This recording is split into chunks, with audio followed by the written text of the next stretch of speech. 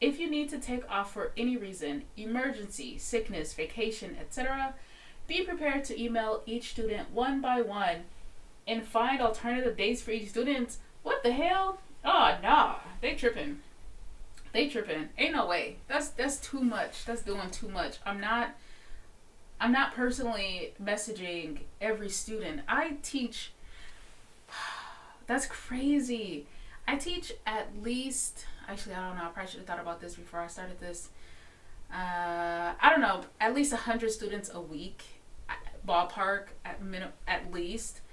Uh, and if I call off, I have to email them. So like in one day. Sensei, say what now? Sensei, say what now? Sensei, say what now? Sensei, say what now? Hey guys, welcome to Sensei, say what now? A podcast where I'll be reading Reddit stories. Not just any random Reddit stories. These stories are from the perspective about foreigners living in Japan, specifically English teachers. Yeah. A little background, my name is Nastasia Sensei. Because I am an English teacher and I've been living and working here for a little over 6 years now. Actually, my Japan anniversary was just last month. I'm a little sad I didn't do anything because I was too busy working. That's aside the point. I have been working at the same company. I'm not going to name any names because I am low key, high key ashamed of work. But I'm not ashamed before I teach. I love my students. I love my coworkers. Yeah, so the job now is good. Before it was horrible, especially during COVID. But I'm not gonna get into that today. uh, I thought it would be a cool idea to basically read Reddit stories, mostly subreddits of teaching in Japan, life in Japan, apartments in Japan, things like that. I think there are a lot of amazing creators out there who give like a day in the life or check out this place if you visit Japan, and those are amazing. I tried to make that kind of content. I just could not do it. It's just not for me. So I'm just hoping that reading Reddit stories will give you guys a different perspective about life here as a foreigner. Um, yeah, why don't we just hop into the first story? And this is from subreddit Teaching in Japan. It's called Anyone Had Any Experience Working with Torayas or Tyron? I don't even know what this company is, but I'm guessing it's some type of English company. And actually, it first starts off with 9 reasons not to work for Torayas or Torayas. I'm not sure how to pronounce that. Number one, they are overwhelmingly unprofessional. Recently, Gary hasn't been doing much of the correspondence, but it doesn't change the fact that if you do something they don't like, you will be punished in some way or another. Zoom call, rude email, given less students, etc. Even if you follow their handbook. This sounds like an A Kaiwa. Yeah, this sounds like kind of like an A Kaiwa. I guess I probably should have mentioned that in the background. So I am an English teacher at an Eikaiwa. I don't work at a traditional school. There are basically two English teachers here. One is an ALT, an assistant language teacher, and the other is an Eikaiwa teacher, which I'm an Eikaiwa teacher, and I believe that Torai is an Eikaiwa, just based off of the given less students, etc. Because we only get a certain amount of students, and at least my company, the less students you teach, the less money you make. So I digress. Number two. Oh, okay, my bad. Okay, number two. No one understands the leave policies. If you need to take off for any reason, emergency, sickness, vacation, etc., be prepared to email each student one by one and find alternative dates for each student. What the hell? Oh, nah. They tripping. They tripping. Ain't no way. That's too much. That's doing too much. I'm not personally messaging every student. I teach. That's crazy. I teach at least, actually, I don't know, I probably should have thought about this before I started this. I don't know, at least 100 students a week, ballpark at least. Uh, and if I call off, I have to email them. So, like, in one day, on my full day, yesterday, I had 8 lessons, but I taught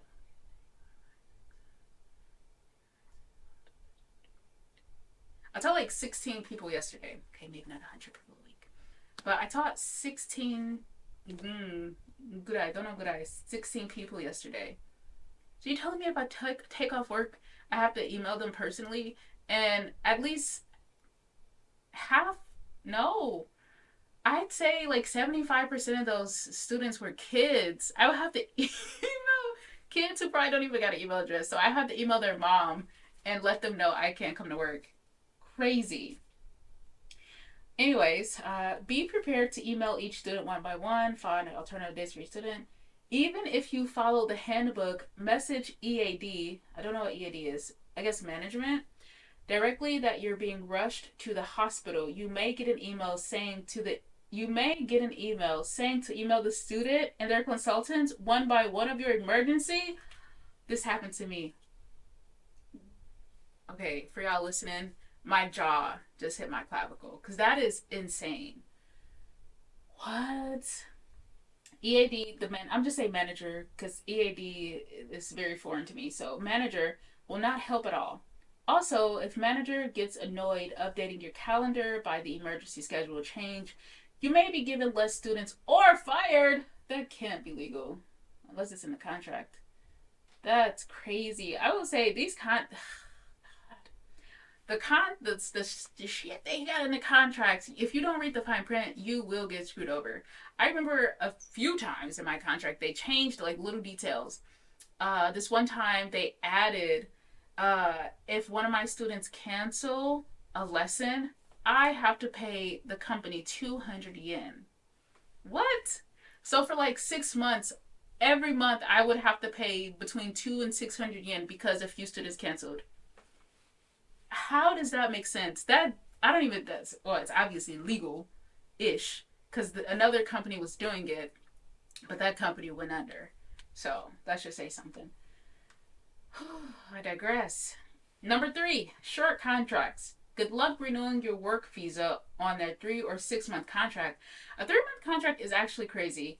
I'm on a 6 month contract, but they changed this because I'm not even gonna go into because I feel like if I go into because you're gonna know where I work if you live here, and I don't want people knowing where I work right now. At least not until I quit. But and I'm not quitting anytime soon. that actually that actually makes me want to cry knowing that I'm not quitting anytime soon. We'll see how successful this podcast goes. Anyways, when I first started working in my current company, the contract was for 1 year, which was cool, job security. But last year, or the year before, last year, the contracts changed to 6 months if you're independent worker, if you're independent contractor. I got a lot to say about that, but I'm not going to.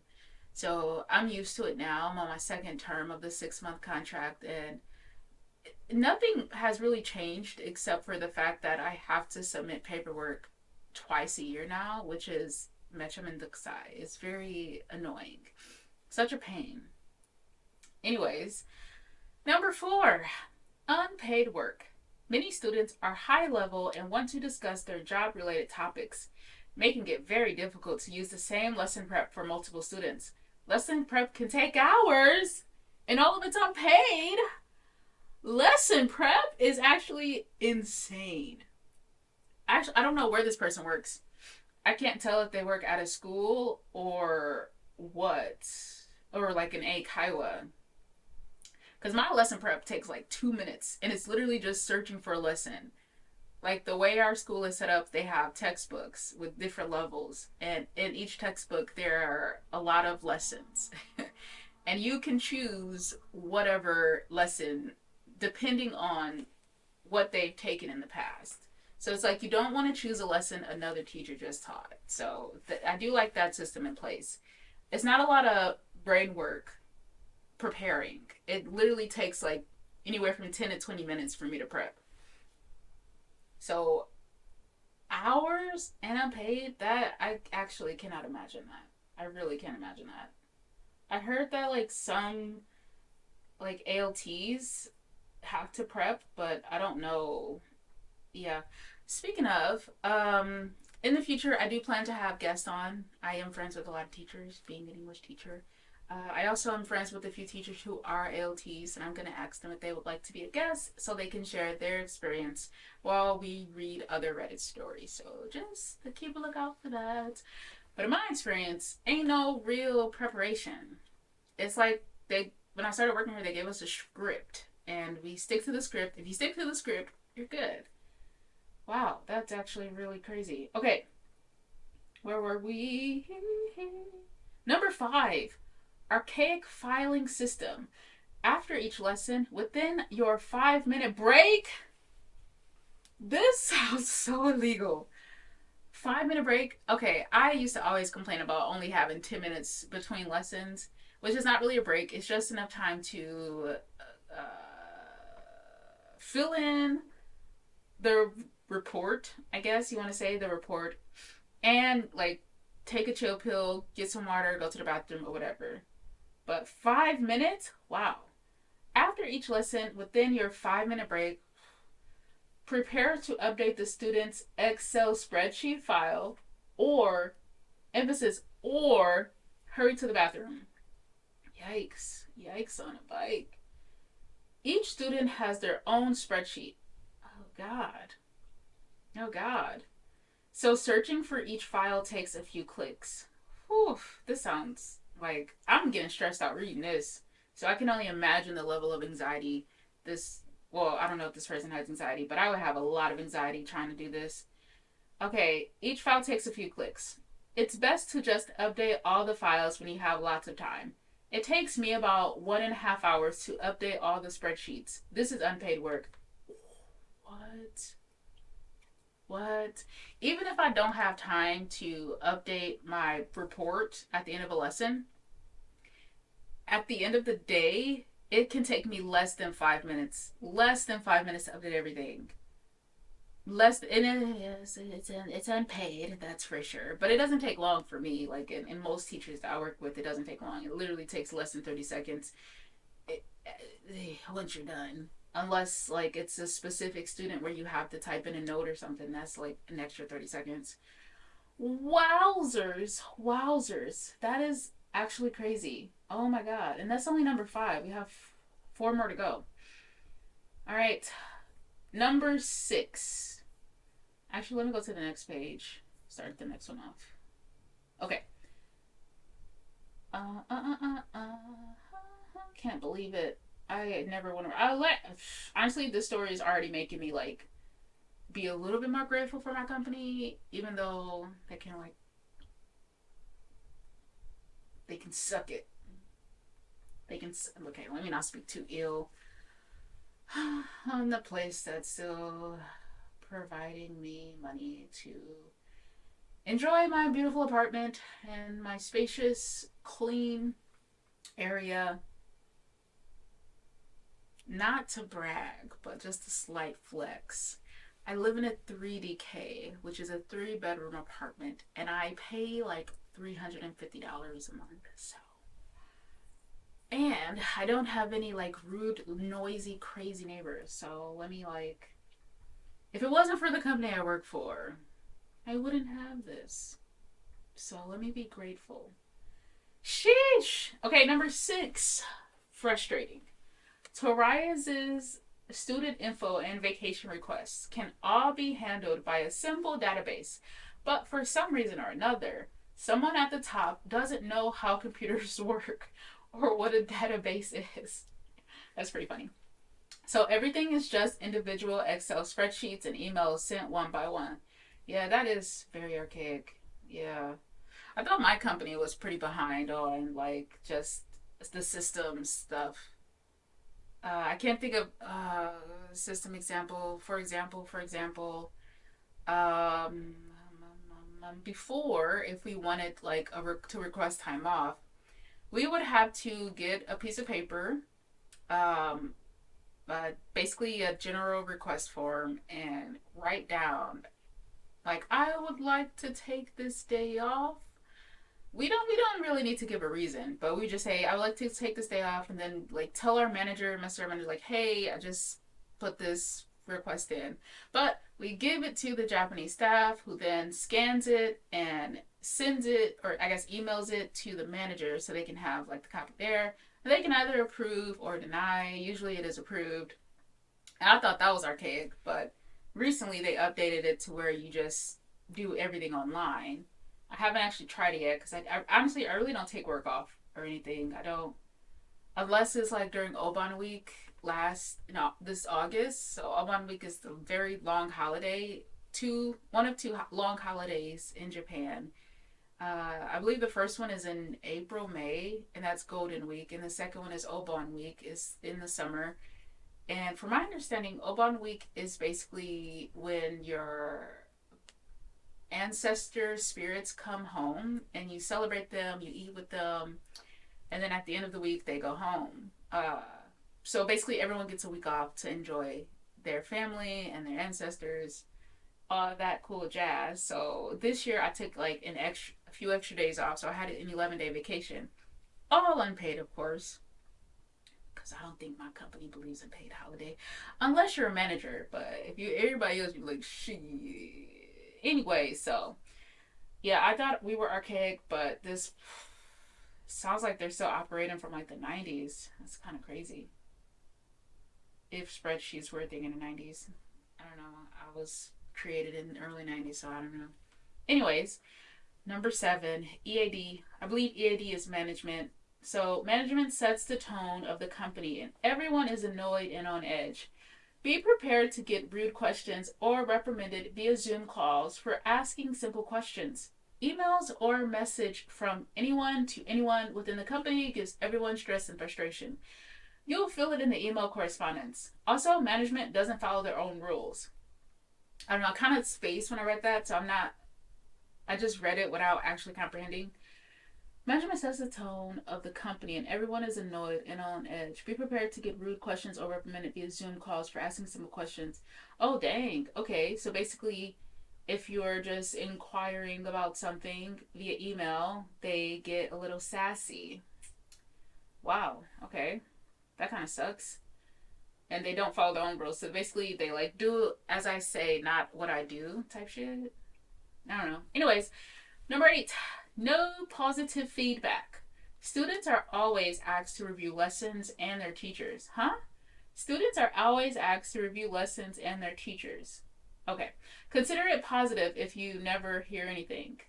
Consider it okay, I don't know why my brain is spacing right now.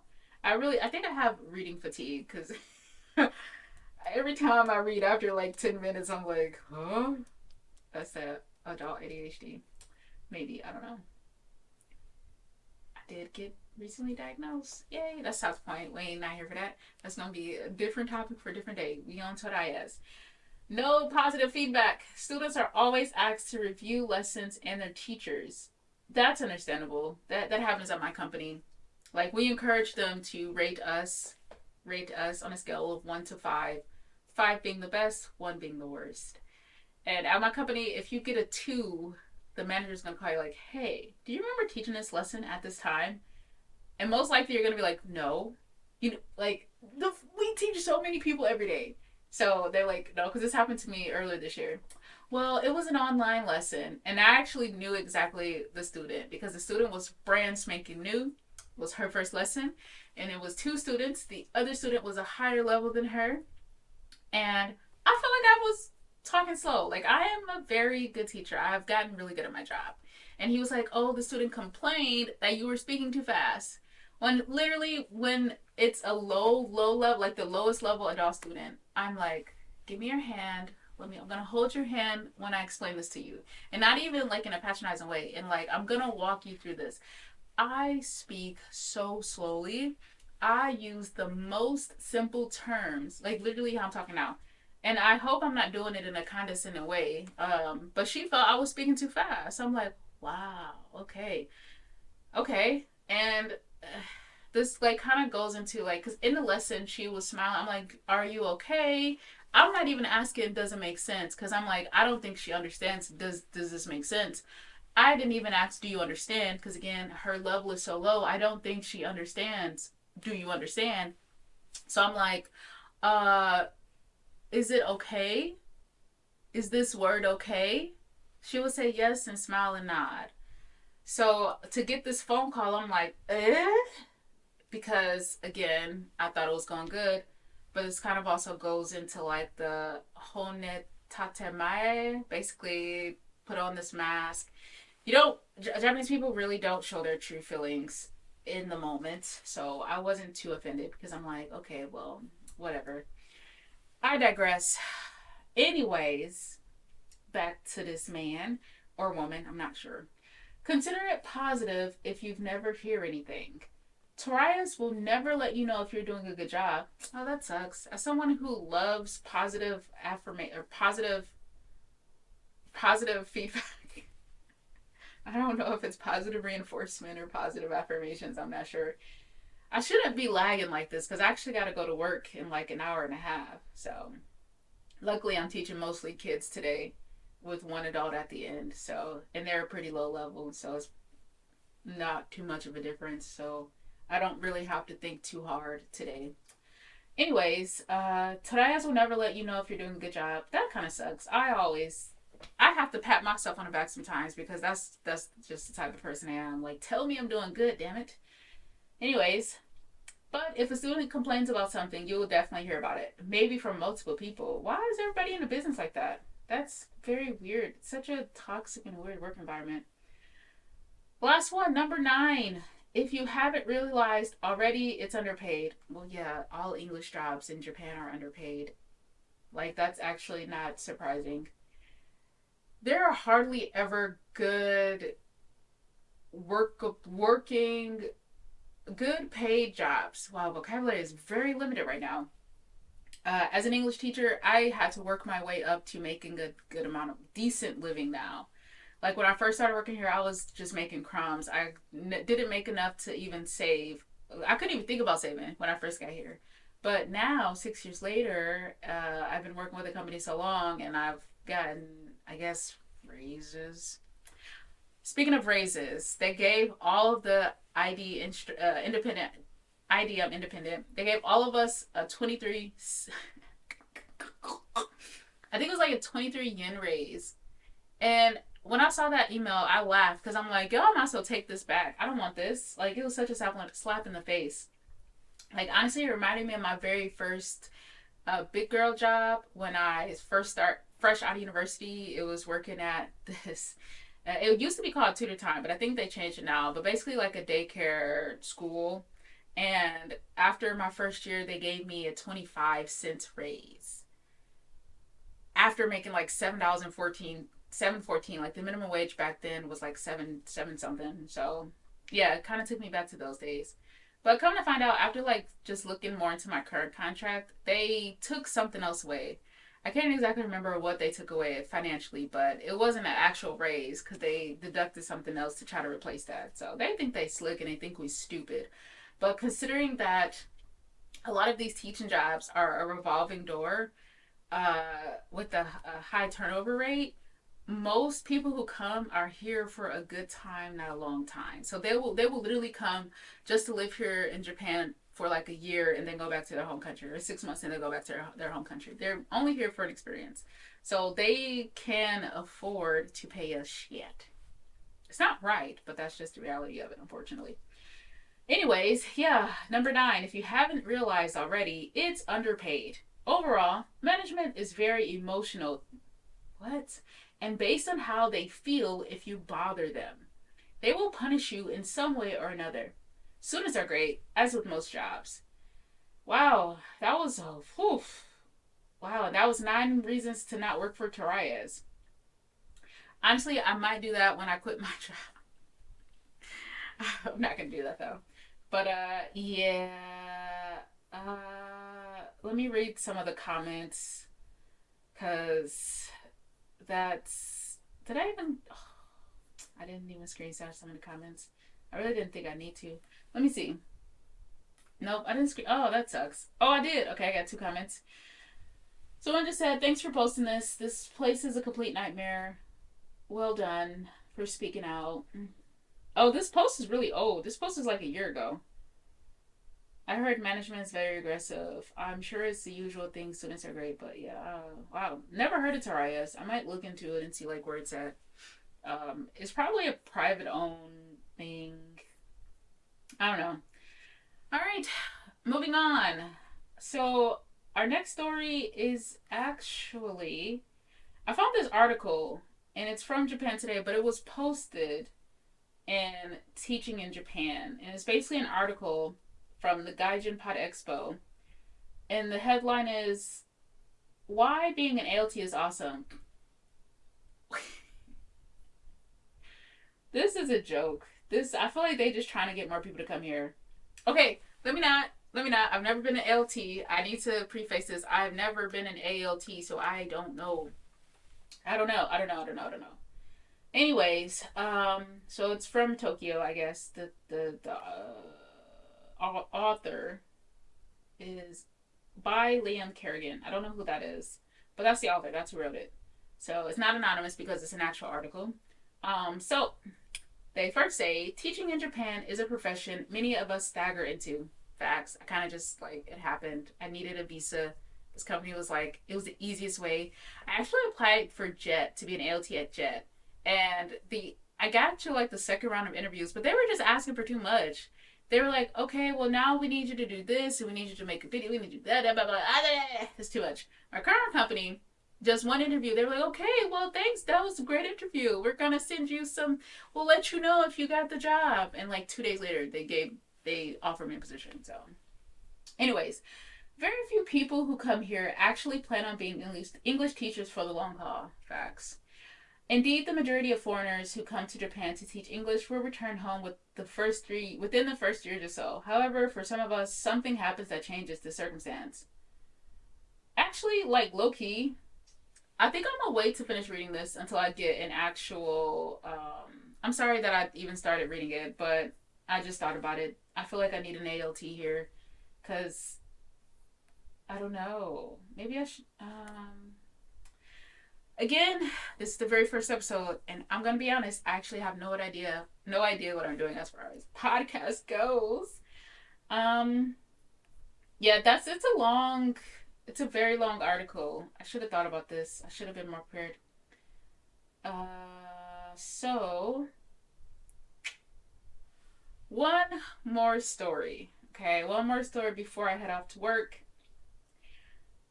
So, oh, actually, damn, I just checked the time. I need to wash dishes before I go. You guys, thank you so much. And I do apologize for the abrupt ending. I actually wasn't even planning on like recording for real for real. I kind of was just doing like a dress rehearsal, but sometimes like just hit record. Why not see what happens? And I did, and I really hope you guys enjoyed the first story. And I hope you enjoyed my perspective from that story. And please come back because there is so much more. There is so much more.